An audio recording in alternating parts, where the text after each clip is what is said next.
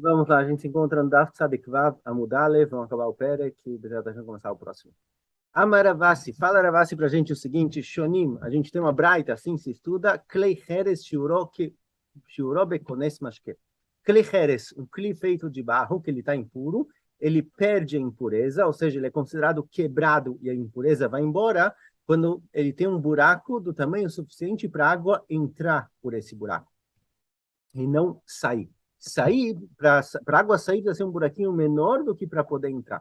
Velomru motzi mashke, isso que foi falado, que Kli Heres, ele perde a impureza quando ele tem um buraquinho que a água sai por ele, ela lenhan gistera bilvad. Isso foi falado somente para um Kli Heres que não está pronto, que ele é meio cru, não tá bem produzido. Ele já é meio velho, meio estragado, ninguém vai usar ele de qualquer jeito. Nele, se aparecer um buraquinho pequenininho a ponto de que a água cai, passa por esse buraco, aí ele já perde o nome de Kli, a impureza vai embora. Mas, se o Klei Heres, ele é...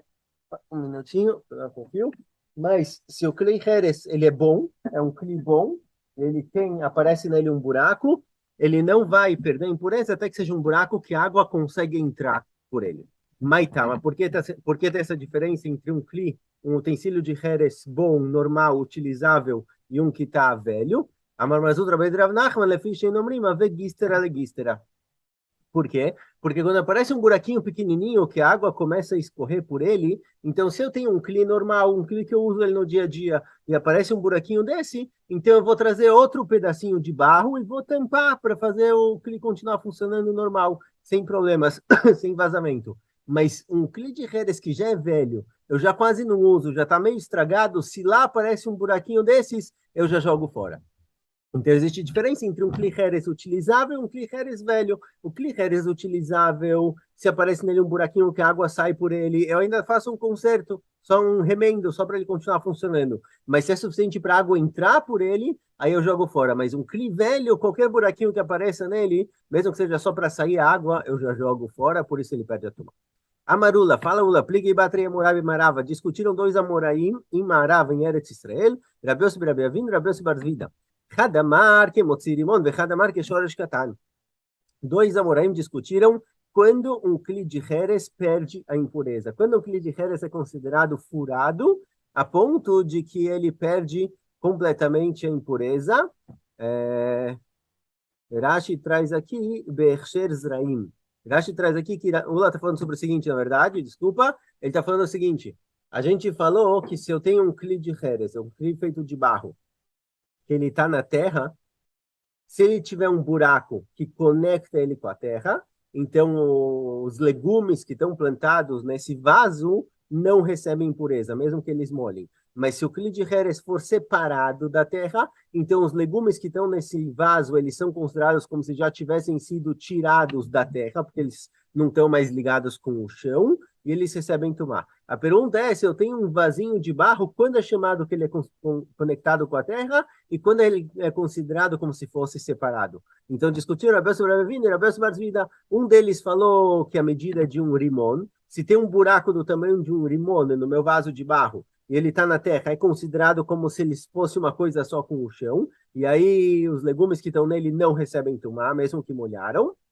E outro falou que shoresh katan, não, é suficiente que seja um buraquinho do tamanho de uma raiz. Se a raiz consegue passar pelo buraco e chegar na terra lá embaixo, mesmo que ela não faz isso na prática, só se tem o potencial, tem um buraco desse tamanho, é considerado conectado com a terra, mas um buraco menor que isso, não. Ou seja, um falou que precisa do buraco do tamanho de um rimon, e outro falou que precisa do buraco do tamanho de uma raiz. Nenhum dos dois falou o tamanho de um zait, certo? Geralmente a nossa medida geral é kazait. Nenhum deles falou isso. Um falou mais que isso, que é um rimon, do tamanho de um rimon, e outro falou menos que isso, que é do tamanho da raiz. Desse maneira, para se lembrar quais são as duas medidas, Echad marbe vechad mamit. Tem uma frase famosa, Echad marbe vechad mamit, o bilvat shechaven libola shamaim, que tanto não importa quanto a pessoa faz, o mais importante é a qualidade da Avodat Hashem da pessoa, certo? Essa é uma frase famosa. Então a Gemara usa essa frase para lembrar que, olha, ninguém falou do tamanho de um kazait para o nosso vaso de barro. Um falou mais que o kazait, e outro falou menos que o kazait. Echad marbev, echad mamit. Um subiu do kazait para Rimon e o outro desceu do kazait para o shoresh katan. Mas Kazait mesmo ninguém falou, e agora fica na cabeça que a medida normal que é Kazait ninguém falou, e sim, Echad Marbe, um fala mais, e Echad Mamit, um fala menos. Amarav Hinena Bar Kahana Meshvet Rab Lezer, Klei Cheres Shuro Kemotzi Zeitim. Klei Cheres, se apareceu nele um buraco do tamanho de um Zait, ele perde o valor dele, e ele se torna, ele perde a impureza, é considerado quebrado, certo? Discute com o que Ravasi falou em cima. Ravasi falou que é com esse masque. Entre a água, ele falou aqui zeitim. O Marxish Rabreideraba, Messam Bem Shet Rabelezer, Varem que Klei Galalim, Klei Avanim, Klei Adamah, Shin Mekablim Tumah, Lome de Veiturav, Lome de Vrei Sofrim. No momento em que o Klei Heres ele tem um buraco desses, um buraco do tamanho de um kazait, ele se torna igual outros kelim feitos de galalim, são fezes, eles usam de animais para fazer kelim, utensílios, ou de pedra, ou de terra, que não recebe tumá, nem me deve troar, nem me deve sofrer, nem me de oraita, nem me de rabanan, aquele heres que apareceu nele um buraco do tamanho de um zait, acabou, ele não tem tumá nenhuma, ele não recebe nenhuma tumá, e pelo contrário, ele protege o que tem dentro dele de receber tumá. No seguinte caso, o linyan tzamid pati lá bo. Se esse kliheres, que ele está meio quebrado, ou mesmo um kliheres inteiro, se ele tiver coberto em cima com uma cobertura, um pano, o que está dentro desse kliheres não recebe impureza, caso ele esteja no mesmo ambiente que o morto. O kliheres ele tem essa capacidade de proteger da impureza, a não ser que a tampa em cima, a cobertura em cima, que seja um pano, está meio rasgada. Rasgada a ponto de a maioria da tampa estar aberta. Linyan tzamid patil, com relação a tzamid patil é a cobertura em cima do vaso de barro, ele só deixa de proteger o que está dentro dele de tumá, se a maior parte da tampa estiver esburacada. Mas mesmo que tenha um buraco grande em cima, se a maioria da tampa está coberta, ele protege o que está dentro dele de receber tumá. Adran alach amatznia. Com isso a gente termina mais um perek. Que perek terminamos hoje? 10º perek de Masechet Shabbat. Vamos lá, próximo perek. Azorek Mereshut Echid, esse é o último perek que vai falar sobre jogar e levar coisas de um reshut para o outro. O próximo perek a gente já começa a falar, se não me engano, das melachot, um pouco mais claro das melachot que a gente está mais acostumado. Azorek Mereshut Echid, Lereshut Rabim, Lereshut Echid, Chayav. Alguém que joga uma coisa do Reshut Echid, Reshut Rabim, ou do Reshut Rabim para o Reshut Echid, ele é Chayav. Mireshut Echid, Lereshut Echid, Reshut Rabim Baemtza, Rabi Akiva Mechayev, Chachamim Potrim. Alguém que joga uma coisa de um Reshut Echid para o outro, e no meio do caminho isso voou pelo Reshut Rabim, de acordo com o Rabi Akiva ele é Chayav, de acordo com o Rabanan ele é Patur. De acordo com o Rabi Akiva ele é Chayav, a gente explicou lá atrás, que de acordo com o Rabi Akiva, na hora que isso passou no ar do Reshut Rabim, é como se tivesse parado lá, e seguindo em frente para o outro Reshut, então é como se ele tirasse do Reshut Echid para o Reshut Rabim, e do Reshut Rabim para o Reshut Echid. E de acordo com o Rabanan, não, já que ele passou voando, ele não parou realmente no Reshut Rabim, não é Hayav. Keitzad, quando alguém que joga de um para o outro é Hayav e quando não é Hayav. Então, como fala, alguém que joga de um Reshut Echid para o Reshut Echid, quando ele vai ser Hayav? Keitzad, pergunta como? Se eu tenho duas varandas, tenho duas casas, cada casa está de um lado do Reshut Rabim, cada casa tem uma varanda, que é Reshut Echid também, e eu quero levar uma coisa de uma varanda para outra, passando por cima do Reshut Rabim. Amoshit ve'azorek mizolezo patur. Alguém que ele moshit é estender uma coisa de uma para outra, sabe? Tem duas varandas que não são tão longe uma da outra, eu pego uma estaca comprida e eu levo até o outro lado, e alguém que está do outro lado pega, ou eu mesmo empurro, vou empurrando, até que chegue na outra varanda, e eu fiz toda a transferência, mesmo assim é patur, já vamos ver por quê. E quem joga, alguém que joga de uma varanda do Reshut Echid para outra varanda do Reshut Rabim, passando pelo Reshut Rabim que está de uma varanda do Reshut Echid para outra varanda do Reshut Echid, passando no Reshut Rabim que está no meio, ele também é patur, certo? Porque cada uma das varandas se encontra de outro lado do Reshut Rabim. Nesse caso ele é patur, já vamos entender por quê. Ayush tem bediotah hat moshit chayav azorek patur. Porém, se as duas varandas estavam do mesmo lado do Reshut Rabim, certo? Aqui a gente tem a rua, aqui a gente tem dois prédios, e eu quero levar uma coisa de uma varanda para outra varanda, de um Reshut Ahid para outro Reshut Ahid, só que aqui no meio, entre uma varanda e outra, eu tenho o chão lá embaixo, o Reshut Rabim, mas elas estão no mesmo lado da rua. Nesse caso, alguém que transfere, que estica, leva uma coisa de um lado para o outro, não jogando, levando de um lado para o outro, ele é Hayav, e alguém que joga é Patur, e agora a gente vai entender por quê. As proibições das melachot, elas saíram do que acontecia no Mishkan. O que acontecia no Mishkan? Shekach haita avodat levim, shtei agalot zohar, zo bereshut rabim, moshitim akrashim izol ezov, valozorkim. No Mishkan, como funcionava? Onde a gente tem a melachá de achnasá e otzá, ou no caso aqui a melachá de oshatá, de levar uma coisa de um reshut ahid para o outro no Mishkan. Então, os levim, os levim eram responsáveis por carregar o Mishkan. Quando eles viajavam de um lugar para o outro, eles eram responsáveis de carregar o Mishkan, eles desmontavam o Mishkan e carregavam de um lado para o outro. Agora, o que acontecia? Os Levim, eles tinham 4 agalot, quatro carroças, onde eles levavam as coisas do Mishkan, e essas carroças ficavam uma na frente da outra. E aí, o Levi que estava atrás pegava os krashim, as estacas, as paredes do Mishkan, subia na carroça de trás e esticava, entregava isso para quem estava na carroça da frente. Ou seja, o que ele fazia? Ele transferia uma coisa de um Reshut Ahid, da carroça de trás, para o outro Reshut Ahid, da carroça da frente, sendo que no meio do caminho, embaixo, por onde isso estava passando, você tinha o Reshut Rabim, você tinha o deserto. E eles passavam de mão em mão, não jogavam. Daqui a gente aprende que só é proibido pela Torá, só é Hayav Korban, alguém que tira de um Reshut Ahid para o outro, passando pelo Reshut Rabim, quando os dois estão alinhado com o outro, e não é de frente, não é com o Reshut Rabim separando um de frente para o outro, tem que ser alinhado igual uma carroça ficava na frente da outra carroça, e somente quando você entrega de mão em mão, e não quando você joga, porque os Levim, eles passavam as estacas de mão em mão e não jogavam. Certo? Então, o que acontecia no Mishkan é o que é Hayav pela Torá. Fala, Gemara. Pergunta, Gemara. Virando Amud, da Tzadik Vav Amud Bet. Michdi. Pergunta, Gemara. Vamos verificar. Zriká tuladá de otzai. Zriká, jogar uma coisa da rua para o Reshut Rabim, do Reshut Ahid para o Reshut Rabim, ou do Reshut Rabim para o Reshut Ahid, isso é uma toladá, isso é uma derivada da melachá de otzá, tirar um Reshut de uma coisa de um Reshut para o outro. Geralmente eu tiro carregando, eu tiro de casa para a rua carregando. Se eu joguei, eu sou Hayav também como derivado da proibição de jogar, de tirar. Otzá gufa echaktiva. Pergunta Gemara, onde está escrito essa proibição de otzá? Onde eu encontro a proibição de jogar, de levar uma coisa de casa para a rua? Ou seja, onde no Mishkan a gente encontra que as pessoas levavam coisas do Reshut Ahid para o Reshut Rabim, que de repente eu sou Hayav. Amar Rabbi Yochanan, está assim no Pasuk, Vaitzav Moshe vaviru kol b'machane, Moshe echanav yativ b'machane Leviá, ומחנה לוי רשות רבים אבי, וכאמר לו לישראל לא תפיקו ותיתו מרשות היחיד ידחו לרשות הרבים. Moshe Rabbeinu, ele avisa ao povo o seguinte, está escrito, Vaitzav Moshe vai vir o Kol Machané. Moshe Rabbeinu manda avisar a Machané Israel inteira para não trazerem ouro e outros produtos para o Mishkan. Moshe Rabbeinu fala, ninguém traz nada para o Mishkan.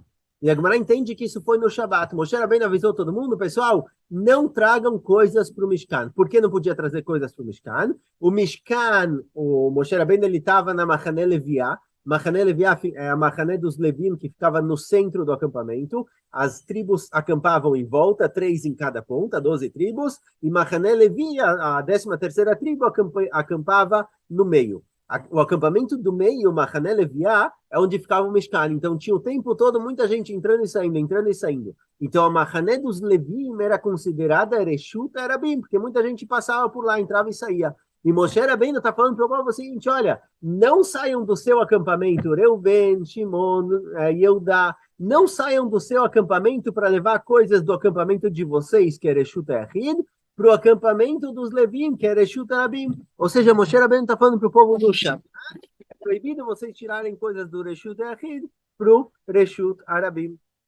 Então daqui a gente vê a proibição de Otza'á no Mishkan. Pergunta Gemara, Dilma Bechol Kai, fala Gemara, quem disse que era Shabat? Quem disse que isso Moshe Rabbeinu falou para todo mundo parar de trazer coisas para o Mishkan era Shabbat? Talvez era durante a semana, talvez era em qualquer dia da semana normal. E por que ele falou para parar de trazer? Mishum deshlema melachá, que detivo na melachá e tadayam. Talvez isso que Moshe Rabbeinu falou para parar de trazer é porque acabou. Fizeram toda a construção do Mishkan. Não precisa mais de ouro, não precisa mais de prata, não precisa de mais nada. Moshe Rabbeinu falou para o povo parar de trazer coisas porque o Mishkan acabou, está tudo pronto. Ele trouxe tudo o que precisava, por isso Moshe Rabbeinu falou para não trazer. Então, quem disse que é por Isur de Shabbat, talvez é porque não precisava mais. Então, volta a pergunta, de onde a gente vê a proibição de Otzá no Mishkan? Fala, Gamara, Avará, Avará, Miyom Kippurim. Tivacha ve'aviru kol b'machaneh, uchtivatam ve'avarta shofar teruah. Malehalan beyom asur, afkan beyom asur. Fala, não, a gente tem aqui uma Gzerá Shavá. O verbo avará aparece em dois psukim. Um pasuk é o nosso, ve'aviru kol b'machaneh. Moshe Rabbeinu fez se espalhar uma voz pela Machané, sim, ele mandou avisar todo mundo nos acampamentos, e está escrito no pasuk, ve'avarta shofar teruah, com relação a Yom Kippur, está escrito que se toca o shofar no fim de Yom Kippur. Então, a Gemara aprende da Gzerá Shavá o seguinte: do mesmo jeito que esse pasuk ve'avarta kol shofar teruah está se tratando de um dia que tem Isur Melachá, assim também o pasuk ve'aviru kol b'machaneh de Moshe Rabbeinu está se tratando de um dia que tem Isur Melachá. Então, se for assim, o motivo que Moshe Rabbeinu falou para o povo não trazer coisas para o Mishkan é porque Moshe Rabbeinu está falando, olha, não tirem coisas do Reshut Yachid, do seu acampamento, para o Reshut Rabim, para o Mishkan. Então, daqui a gente vê a Melachá de Otzá no Mishkan. Fala Gemara, acho que Hanotzá, Achnasá Minalan. Fala, olha, a gente encontra então tirar coisas de casa, tirar do Reshut Yachid e colocar no Reshut Rabim. Quem disse que o contrário é proibido também? Quem disse que levar coisas da rua para casa, do Reshut Rabim para o Reshut Yachid, é proibido? A gente encontra que é proibido tirar da Machané de Reuven, por exemplo, que é Reshut Yachid, para Machané Leviá, que é Reshut Rabim, tirar coisas de casa. Quem disse que o contrário também é proibido? Moshe não deixou trazer para Machané, mas não falou sobre levar de volta. Isso é lógica. Mirtei. Mireshut reshuthu. Mali puke mali yulei. Olha, isso é por Svará. A priori, a proibição de Moshe Rabbeinu não tem nada a ver com o Reshut Yachid e Reshut Rabim. A proibição é tirar de um Reshut e levar para o outro. Tanto faz se é tirar do Reshut Yachid para o Reshut Rabim, ou se colocar para dentro do Reshut Rabim para o Reshut Yachid. Então, realmente, os dois são problemas. Miu, Otzaa, Av, Achnasá, Toladá. Porém, fala Gemara para deixar claro, Otzaa, a proibição de tirar coisas de casa para a rua, é um Av, é o pai das melachot, certo? É a fonte das melachot. E Achnasá é Toladá. E colocar para dentro de casa é só um derivado. O original que a gente encontra no Mishkan, ele é o Av, ele é a origem, e a Achnasá, de colocar para dentro de casa, é um derivado disso. Pergunta Gemara, Michdei, Amichaive, Ve'amichaive. Pergunta Gemara, olha, sobre esse é Chayav e sobre esse é Chayav. Quer dizer, tanto Otzá quanto Achnasá, os dois é Chayav. Amai Karila Hav, Amai Karila Hai, Toladá. Por que se chamou um de fonte, de origem, e outro de derivado? Lá mexane, os dois é Chayav. Tanto Otzá quanto Achnasá, de um ponto de vista da Torá, os dois são Chayav da mesma forma, os dois trazem Korban da mesma forma. Por que você denominou eles de forma diferente? Por que você chamou esse de Av e esse de Toladá? Qual a diferença? Nafkamina de Av te avot be'adadade, inam te toladot be'adadade michayev, tartem. Ve'av e Dav toladade dei lo michayev. Fala que tem aqui uma pequena diferença. Por quê? No momento em que eu nominei quais são os avot e quais são as toladot, eu tenho uma certa diferença. Qual? Se eu fizer dois avot ao mesmo tempo, ou seja, se eu cozinhar, por exemplo, levashel é um av, e eu acender fogo, adlaká, se eu fizer esses dois, eu sou chayav por cada um. E se eu fizer duas toladot, eu também sou chayav por cada uma. Porém, se eu fizer um av e a sua toladá, se eu faço a melachá original e o derivado dela, eu sou chayav um korban só. Ou seja, os avot dividem famílias de melachot. Cada família, cada ave e sua toladá, são uma proibição por si só. Então, se eu fizer o ave e a toladá, eu sou chayav 1. Então, se eu tirei uma coisa de casa e acendi o fogo, eu sou chayav 2. Mas se eu tirei uma coisa de casa e pus de volta, eu não tenho duas proibições, eu não tenho dois avot, eu tenho um ave e a toladá, tirar de casa e pôr de volta. Eu trago um korban só. Então, aqui tem uma certa diferença quando você denomina eles como avot e toladot. Se eu falasse, olha, é tudo assur em Shabbat, sem diferenciar entre Avot e Toladot, então cada Isur por si só tem o seu próprio Korban. No momento em que eu chamei esse de Av e esse de Toladá, eu sou Hayav um só quando eu faço dois que estão na mesma família. Pergunta Gmará, o Rabi Lazar de Mechaiva, Toladá bem como Ava Maikarele, Ava Maikarele, Toladá. Isso é ótimo para a maioria das opiniões, mas a gente tem uma opinião de Rabi Lazar, que mesmo quando eu faço um Av e a Toladá dele, eu sou Hayav por cada um por si só. Eu tenho que pagar um Korban pelo Av e um Korban pela Toladá. Então, de acordo com o Rabi Lazar, qual é a diferença? Porque eu chamei algumas melachot de Av e algumas melachot de Toladá. A priori, são todas exatamente iguais perante a lei. Cada uma é real por si só.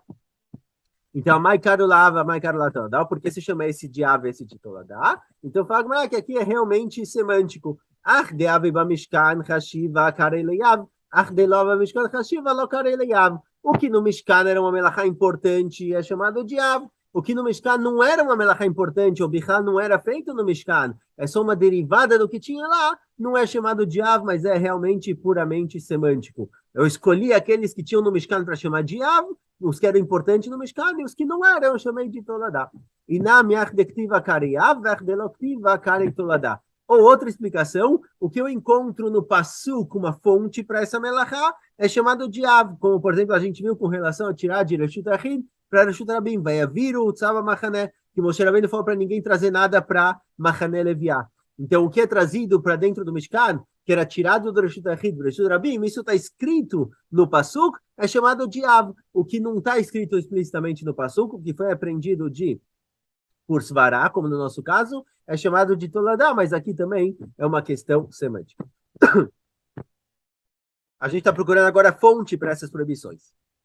Pergunta Gmará, está ensina a Mishnah o seguinte: Azorek dalet amot bakotel. Alguém que ele estava na rua e ele jogou alguma coisa num kotel e essa coisa gruda no kotel. Se ele jogou uma distância de 4 amot, a pessoa estava parada na rua e ele tinha na frente dele um kotel que estava, sei lá, 5 amot de distância, mais que 4 amot, e a pessoa jogou alguma coisa no kotel.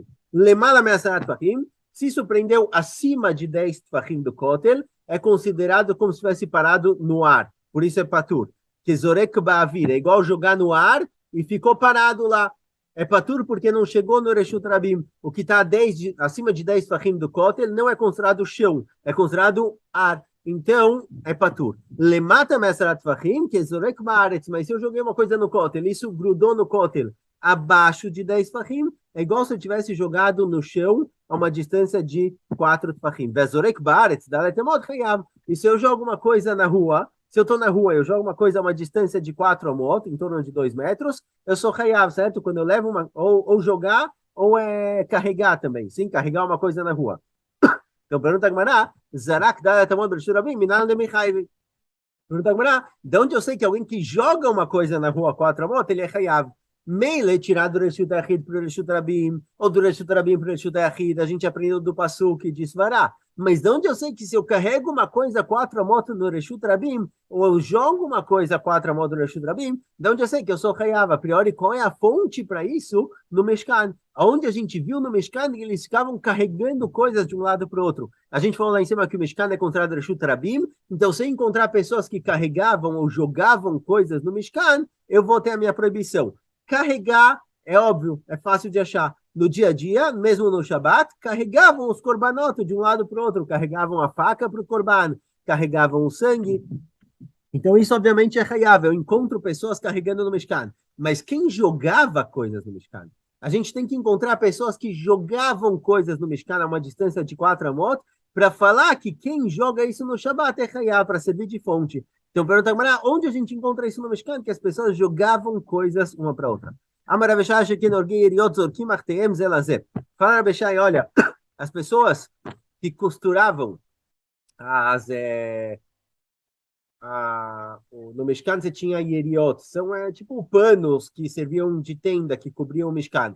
Então, quem costurava aquilo, às vezes eles jogavam a agulha de um para o outro. Certo? Um cara, a agulha dele quebrou, estragou, ele chamava outro, me manda uma agulha. E o cara jogava a agulha para ele a uma distância de 4 amot. Então a gente vê que no Mishkan também jogavam coisas. Pergunta Gmará, orgim machatim lamaleu. Oreg, quem trabalha, oreg, na verdade, é alguém que trabalha para fazer o pano, a parte mais grossa do pano, certo? Eles não costuravam, é tipo tricotar. Orega é o cara que tricota. Quem tricota não tem agulhas, ele tem aqueles negócios mais compridos, maiores para tricotar. Então, por que você falou que quem orguei eriota, as pessoas que costuravam as eriotas, esses panos, eles tinham marrat, eles tinham agulhas, mas eles não usam agulha para o trabalho. Ela, Shekin Tofrei Yeriot Zorkim Achtem Zelazé. Então, como ela conserta esse pequeno detalhe, não são as pessoas que faziam o tricô das Eriot, e sim aqueles que costuravam os detalhes. Então, eles jogavam a agulha de um para o outro. De qualquer jeito, a gente consertou o detalhe, certo? Qual é trabalho que era aqui? Não é quem fazia o pano, a parte grossa do pano, a parte grande, porque eles não usavam agulhas, é quem fazia os detalhes, os bordados a ouro. Então, daqui a gente vê que eles jogavam coisas a uma distância de 4 amot, por isso quem joga 4 amot é bem mechayav. Pergunta a Gemara, pergunta a Gemara, quem disse que eles estavam longe um do outro? Talvez sentavam um do lado do outro, eles passavam de mão em mão. Quem foi que eles jogavam? Pergunta mato Haddad e Mamachtim.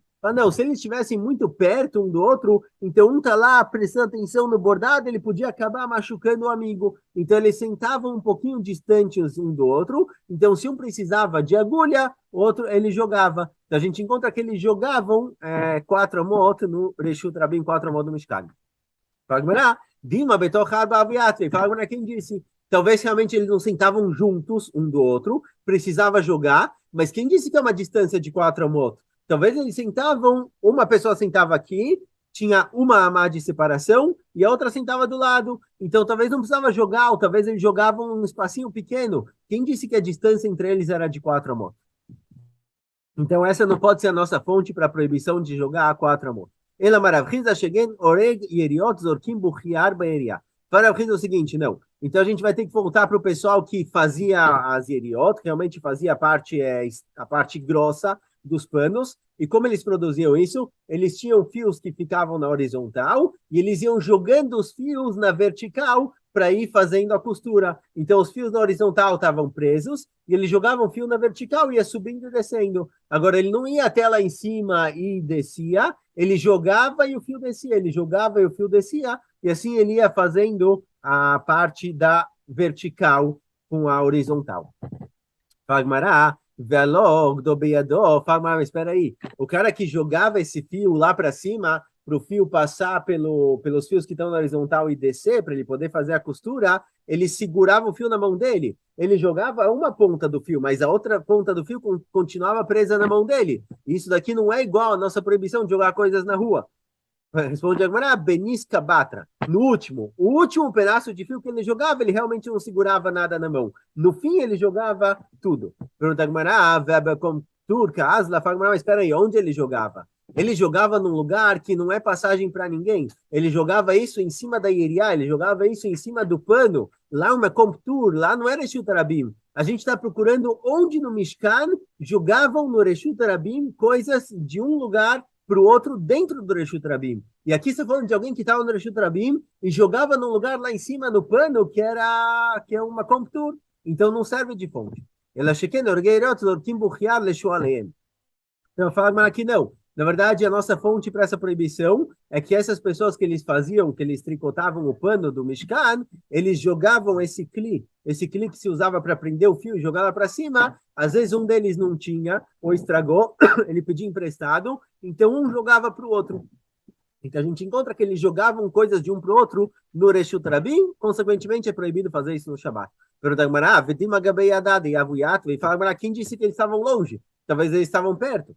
Agora, mato Haddad e Behefet. Não, se eles estivessem perto um do outro, um ia acabar costurando, machucando o outro. Então eles tinham que sentar separado. Pergunta Agmará, Vidilma, Shalchufei, Avus Meshachefei. Agmará, talvez não. Talvez realmente você tinha o pano aqui, o pano que eles estavam costurando, sentava um de cada lado do pano, não do lado do outro, que eles podem se machucar, mas um de cada lado do pano. E aí eles não iam se machucar, certo? Um virado para cada lado, eles estavam se vendo bem e um não ia acabar machucando o outro. Então, quem disse que realmente eles estavam sentados longe e jogavam um para o outro?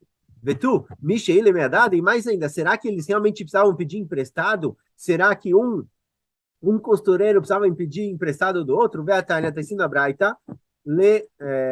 Vatanya Luda, Luda fala o seguinte, Luda é o nome de um Chacham, Ish mimelachto asher hem osim, mimelachto ose veino ose melechet chavero. A gente aprende aqui desse passuco, Ish mimelachto, que cada um que fazia o trabalho, ele fazia tudo dele mesmo, ele não precisava de ajuda de mais ninguém. Cada uma das pessoas que trabalhavam no Mishkan, eles tinham todas as ferramentas necessárias para fazer o trabalho dele. Um não precisava pedir emprestado do outro. Vetuma, vida de Michael.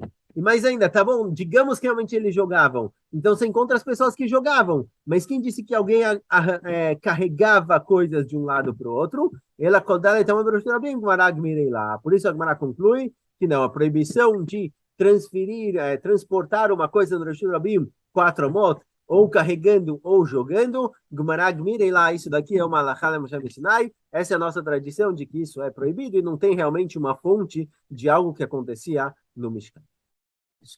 Paramos por aqui.